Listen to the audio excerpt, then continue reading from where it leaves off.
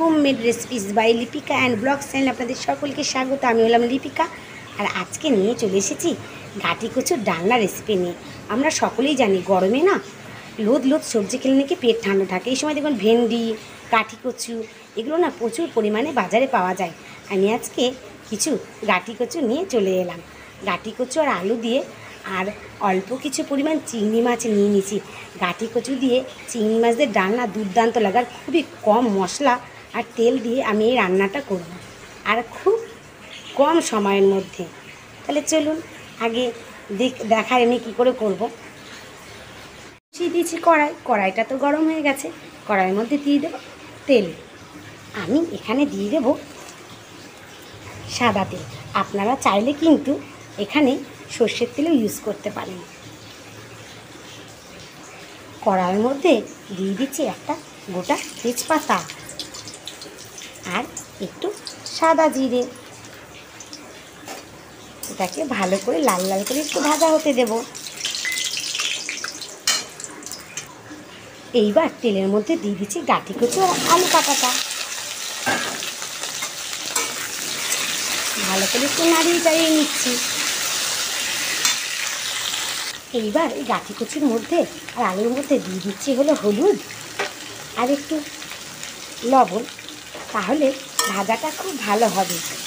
লবণ দিলে আমরা সবাই জানি যে কোনো সবজি খুব ভালো বয়েল হয়ে যায়।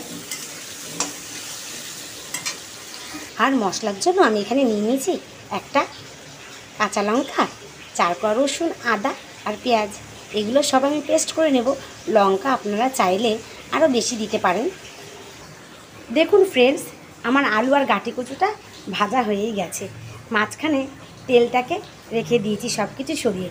এর মাঝখানে দিয়ে দেবো চিংড়ি মাছটা। তাহলে আলাদা করে আমাকে আর ভাজতে হবে না। চিংড়ি মাছ তো বেশি কেউ ভাজে না, হালকা করেই ভাজে। এই মাঝখানে দিয়ে দিয়েছি, খুব তাড়াতাড়ি হয়ে যাবে।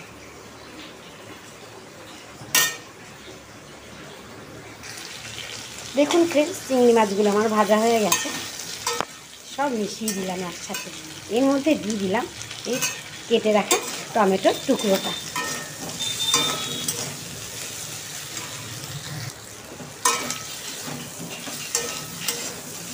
এইবার এর মধ্যে দিয়ে দিচ্ছি মশলা করে রাখা পেস্টটা।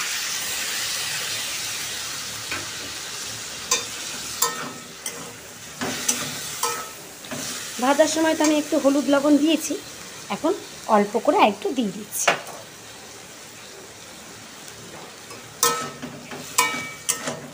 এবার ভালো করে মশলার সাথে সব মিশিয়ে 10 থেকে 15 মিনিট কষিয়ে নেব।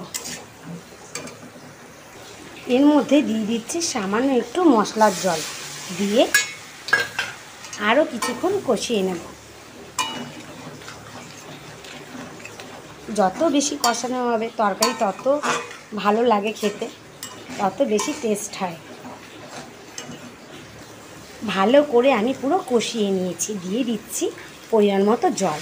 যেহেতু এটা ডালনা হবে, আমি কিন্তু ঝোলটা কিন্তু একেবারেই টানিয়ে নিয়ে আসবো, একেবারে গাঢ়সা রাখবো।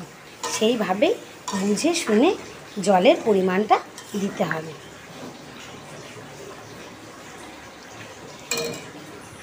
এইবার একটি থালার সাহায্যে আমি তরকারিটা ঢেকে দিয়ে গ্যাসটা একটু আস্তে করে দেব, যাতে আস্তে আস্তে ঝোলটা ফুটতে থাকে আর অল্প আস্তে আস্তে যাতে এটা শুকিয়ে আসে।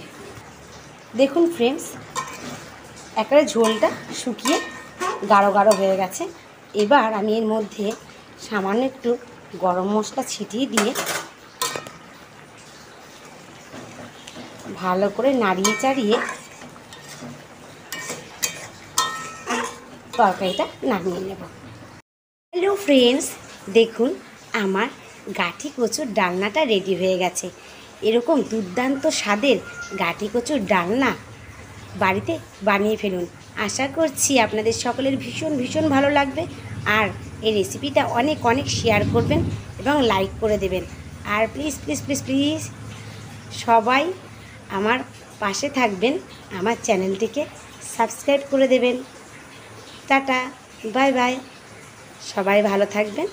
আবার দেখা হবে পরবর্তী কোনো রেসিপির সাথে।